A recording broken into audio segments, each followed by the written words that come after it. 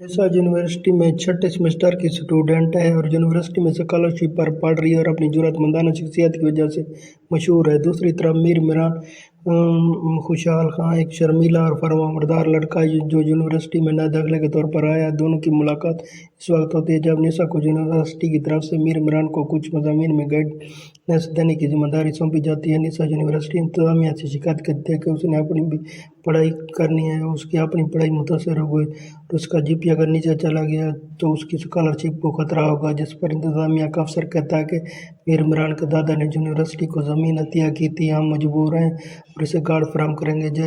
जिस पर निशा से कहता है कि आपको कुछ वक्त निकालना पड़ेगा क्योंकि इनके दादा यूनिवर्सिटी के तलबा को स्कॉलरशिप फराहम करते हैं, जिस पर निशा को मजबूरन मीर इमरान को पढ़ाना पड़ता है। से टाइम सेट कर लेती है और इमरान के सामने शर्त रखती है कि वो ऊंची आंख करके उसे नहीं देखेगा, उसको पढ़ने के लिए के घर रात 8 से 10 बजे तक आना होगा, सिवाय अपने सब्जेक्ट की किसी मौजू पर बात नहीं होगी, जिस पर दोनों में मामला तय पाता है।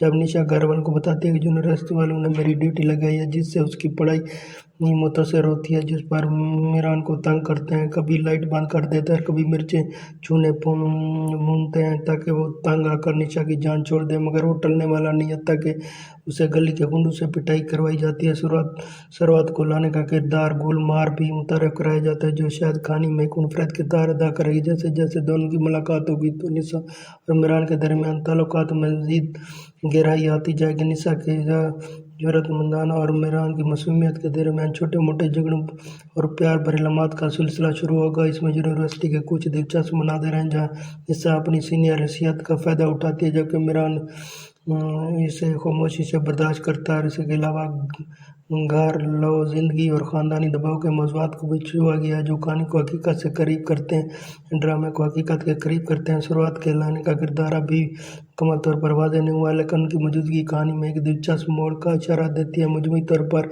ये 3 किस्तों से ज़्यादा दिलचस्प होगी। अदाकारी रिमशा खां और खुशहाल खां की जोड़ी शानदार है।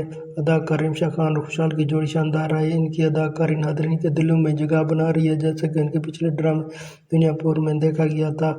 ज़ोफ़ा मिजाज की राइटिंग एक बार फिर कमाल की है। इनके डायलॉग हकीकत पसंदाना दिल को छू लेने वाले हैं, ख़ासतौर पर जब बात देसी सकाफत और ख़ानदानी रिश्तों की होती है। हिदायतकार बदर महमूद ने यूनिवर्सिटी के माहौल को बहुत खूबसूरती से पेश किया जो नाज़रीन को अपनी तरफ खींचता है। मौसीकी और सिनेमाग्राफी बैकग्राउंड म्यूज़िक और कहानी के मिजाज को बेहतर बनाते हैं, ख़ासतौर पर रोमानवी कॉमेडी सीन नाज़रीन को इस ड्रामे के बारे में काफ़ी पुरजोश करते हैं। कई लोगों ने रिमशा खुशहाल खां की जोड़ी की तारीफ़ की है जबकि कुछ का कहना है कि ड्रामे का नाम बिरयानी अभी तक एक राज है। एक शरीन लिखा है रिमशा खुशहाल एक बार फिर जादू कर रहे हैं, जबकि एक और ने कहा कि बिरयानी किस तरह की कहानी है, ये क्या हुआ कि कोई बिरयानी पर लड़ाई होगी। मजमूई तौर पर नाज़रीन ने हल्का फुल्का दिलचस्प ड्रामा मान रहे हैं। आइंदा एक साथ हम तवक्को कर सकते हैं कि निशा और इमरान को की मोहब्बत की कहानी मज़ीद गहरी होगी। अगर आपको मेरे रिव्यू अच्छे लगे हों तो प्लीज़ चैनल को सब्सक्राइब करें, लाइक करें, शेयर करें।